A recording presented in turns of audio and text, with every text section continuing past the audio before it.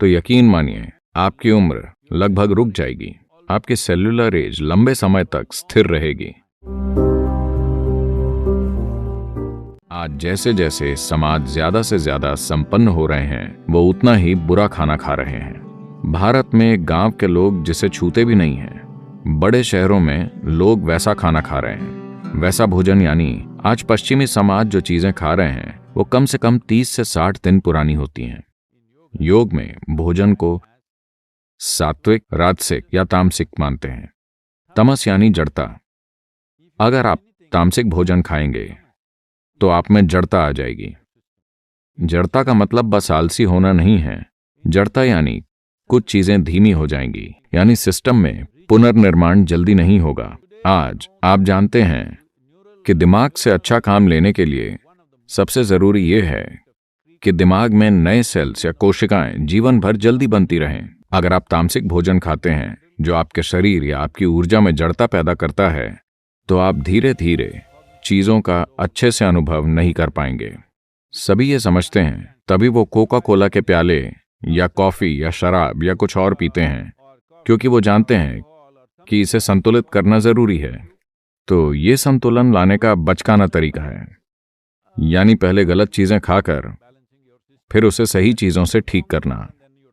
दुनिया में सबसे ज्यादा एंटासिड दवाइयां, दुनिया के लगभग 60% एंटासिड अमेरिका में बेचे जाते हैं, जहां दुनिया के सबसे अमीर लोग हैं।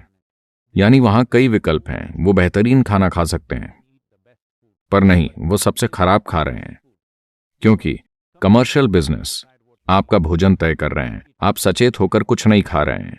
मान लीजिए लोग ताजा खाना खाने लगे। योग संस्कृति में अगर आप कुछ पकाते हैं तो उसे ज्यादा से ज्यादा 1.5 घंटे में खा लिया जाता है। 90 मिनट से पहले उसे खा लेना चाहिए। उसके बाद भोजन को नहीं छुआ जाता, क्योंकि उसमें तमस आने लगता है, यानी जड़ता होगी। आप प्रयोग करना चाहें तो कर सकते हैं। 1 सप्ताह तक ताजी चीजें खाएं और फिर कोई प्रोसेस्ड चीज खाएं जो 1-2 महीने तक रखी गई हो। आप शरीर में सतर्कता का स्तर देखेंगे, आप इसे खुद अनुभव कर पाएंगे। ये सेल्स या कोशिकाओं में होता है। इसकी मूल चीज है। हम इसे ओजस कहते हैं। इसका कोई अंग्रेजी शब्द नहीं है। अगर आप काफी ओजस पैदा करें, जो कि ऊर्जा का एक गैर भौतिक आयाम है, अगर आपके शरीर की हर कोशिका या सेल में ओजस हो, तो यकीन मानिए आपकी उम्र लगभग रुक जाएगी, आपकी सेल्यूलर एज लंबे समय तक स्थिर रहेगी। मुझ पर कुछ टेस्ट किए गए हैं और वो कह रहे हैं कि मेरी सेल्यूलर उम्र 25 है। वैसे मैं 25 की उम्र जैसा ही हूं, मैं उतनी ही गतिविधि कर रहा हूं, मेरा वजन उतना ही है, सब वही है। ये कोई चमत्कार नहीं है, सभी ऐसा कर सकते हैं, बस बुनियादी बातों पर ध्यान देना होगा। भोजन से एक और चीज जुड़ी है जिसे विरुद्ध आहार कहते हैं।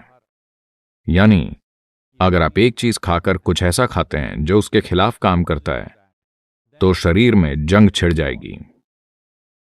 पाचन प्रक्रिया काफी हद तक एसिड या एल्कलाइन जैसी चीजों से होती है। मान लीजिए आप फैट वाला मांस खाते हैं, तो मांस अकेला उतना नुकसान नहीं पहुंचाएगा, पर उसे चावल और घी यानी बिरयानी के साथ खाने में ज्यादा नुकसान होगा, क्योंकि ये दोनों चीजें एक दूसरे के खिलाफ हैं।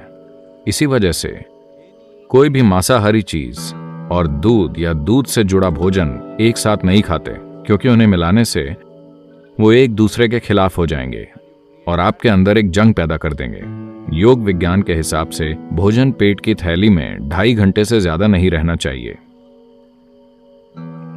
2.5 घंटे में वो बाहर चला जाना चाहिए और पेट खाली हो जाना चाहिए। भूख नहीं लगेगी, पेट खाली रहेगा।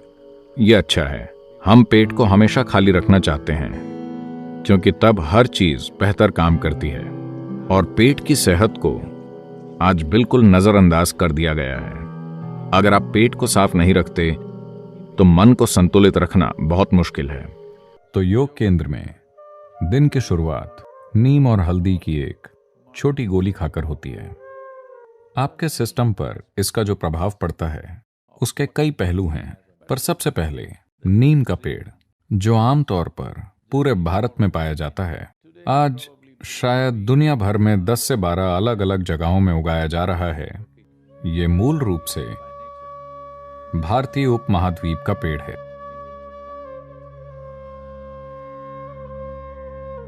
और नीम की पत्ती धरती की सबसे जटिल पत्तियों में से एक है। माना जाता है कि इसके भीतर 150 से अधिक जटिल रासायनिक पैटर्न हैं। इससे कई स्वास्थ्य संबंधी पहलू, ऊर्जा संबंधी पहलू और आध्यात्मिक आयाम जुड़े हुए हैं। आइए जानते हैं कि नीम आपके सिस्टम में क्या करता है। इसका एक प्रभाव एकदम नजर आता है, वो है आपके आहार के ट्रैक्ट को साफ रखना। साफ रखने से हमारा मतलब है ये एक जगह है, ये पूरी पाचन प्रक्रिया में एक ऐसी जगह है जहां जीवन के दूसरे रूप सबसे अधिक मात्रा में हैं। इस एलिमेंट्री ट्रैक्ट के भीतर सूक्ष्म जीव बहुत ज्यादा होते हैं। उनमें से कई हमारी मदद करते हैं।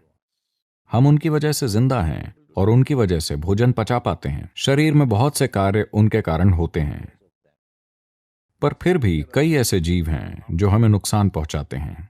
नीम की खास बात यह है, खासकर जब इसे हल्दी के साथ लिया जाए, अगर ये दो चीजें एक साथ ली जाएं, तो मोटे तौर पर वो चीजें जो शरीर के लिए जरूरी नहीं हैं, वो चीजें जो शरीर को नुकसान पहुंचा सकती हैं, किसी भी तरह के कीटाणु नष्ट हो जाते हैं।